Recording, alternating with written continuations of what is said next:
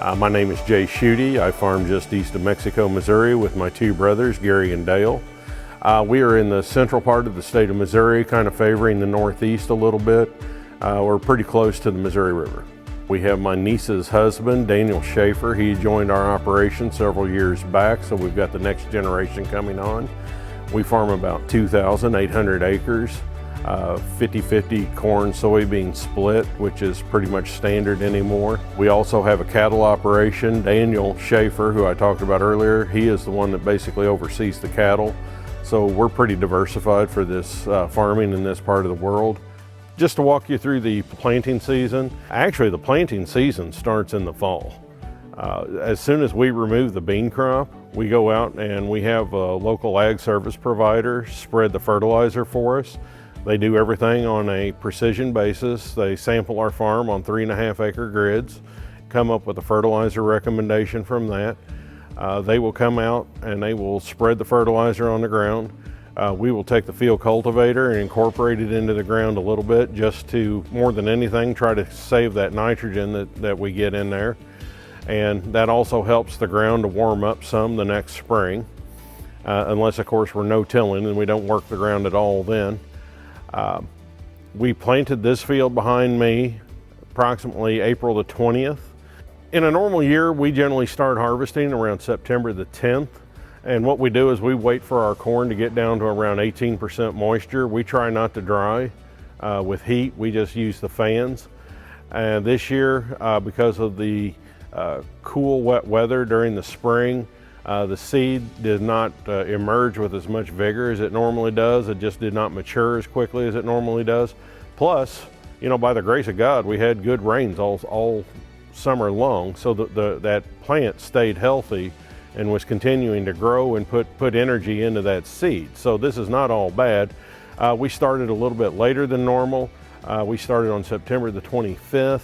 And we're not going as hard as we probably normally would, just because we're having trouble finding grain dry enough to harvest and avoid that drying with heat. Growing conditions were a little bit wet, a little bit challenging this year, and very cool. As you can see, the quality of the corn is very good. We had beneficial rains throughout the year. We had one hot spell right around the first part of July, and you know, thankfully, we had rains right before that, the heat, and then rains right after, so the crop really did not suffer a lot, but quality is great. Yield at this stage, you know, when we're just looking at standing plants, is kind of nothing more than an educated guess. But a lot of people will count the number of kernels, the length, number of kernels that go around, and then you take it times your population and divide by, I think it's 140,000, that'll make a bushel.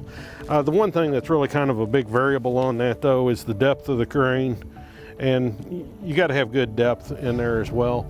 Test weights should be excellent this year. I'm anticipating test weights are going to be well over 60 pounds to the bushel, so really good quality this year.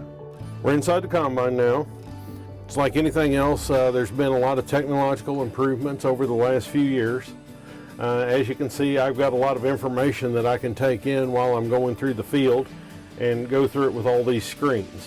Probably the most important one, though, is right in here. We have the engine controls.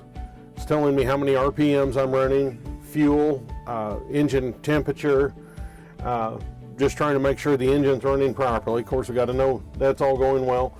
And this is where the controls are shown for the actual separator, how far open I have the sieves, how far open I have the chaffer, how fast the fan's turning.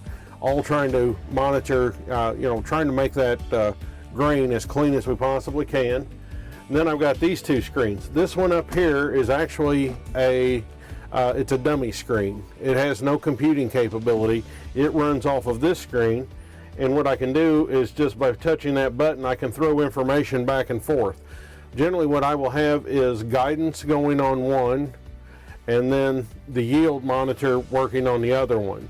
And that way the combine pretty much steers itself. I've just got to turn on the ends, And this is all, just trying to keep my speed up as much as possible to keep the wheels turning so that we can get through his harvest as quickly as possible and still have a high quality grain. When we're harvesting corn, we run a 12-row corn head, and it's a Class 8 combine.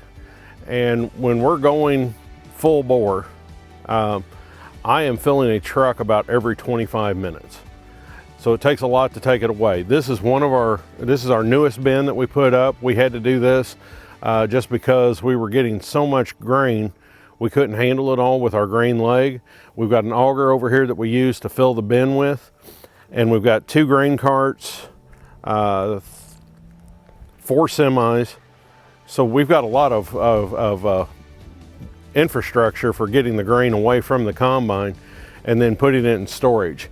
One of the unique things about this bin that we have here is it's got a system in it that will actually run the fans as it needs to be done. It actually, via the internet, is in contact with the weather station, so it knows what the weather's doing, what it's gonna do. Turns the fans off and on automatically, just trying to keep that quality of the grain as best as we possibly can so that it does not spoil here in the bin. The auger that we've got over here can empty a truck in about 15 minutes, and our grain leg, it's a little bit longer. It takes probably 20 minutes, but that drive time between the field and where the combine is where we really need all that capacity for. When we're going full blast, it's pretty hard for the truck drivers to keep up with me. The ethanol plant's less than 10 miles. That has really been a godsend for us.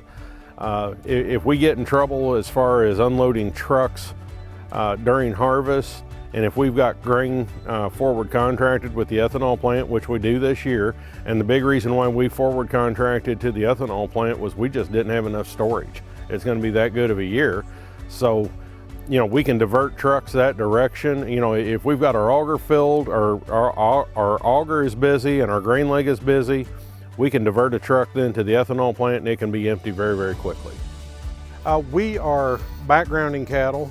We're just really trying to grow them, get them ready to put on that muscle mass that'll be made into meat then and go into the supermarkets.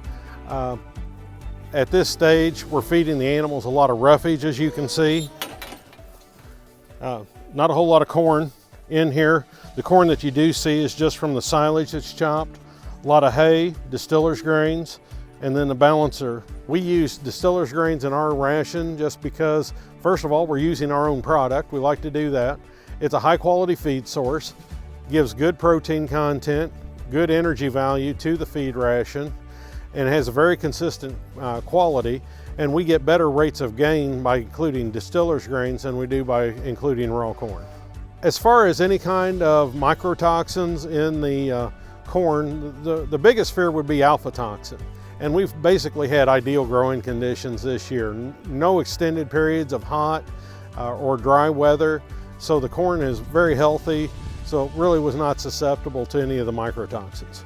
It's just really important that we grow these markets. Our farmers as a whole in the United States, we're getting more and more productive every year. We've got more and more corn to sell. We need to find more markets for it. It's important for us to develop that so that we have a home for this corn to go to. As the quality of living goes up across the world, people are wanting more animal protein in their diet. And that means that they're going to have more corn to feed those animals. We're happy to help fill that gap. Partnerships involved in grain marketing are indispensable. In the overall realm of things, we're a very small operation. We have 2,800 acres. That sounds like a lot to a lot of people, but as far as us exporting individually, we would not have that opportunity. Grains Council has been indispensable in developing these markets, making them grow. I just want people to know that food coming out of the United States is very plentiful. It's very safe. I think it's priced very appropriately. We are very happy to help ensure that the people of the world, not just in the United States, have a healthy diet.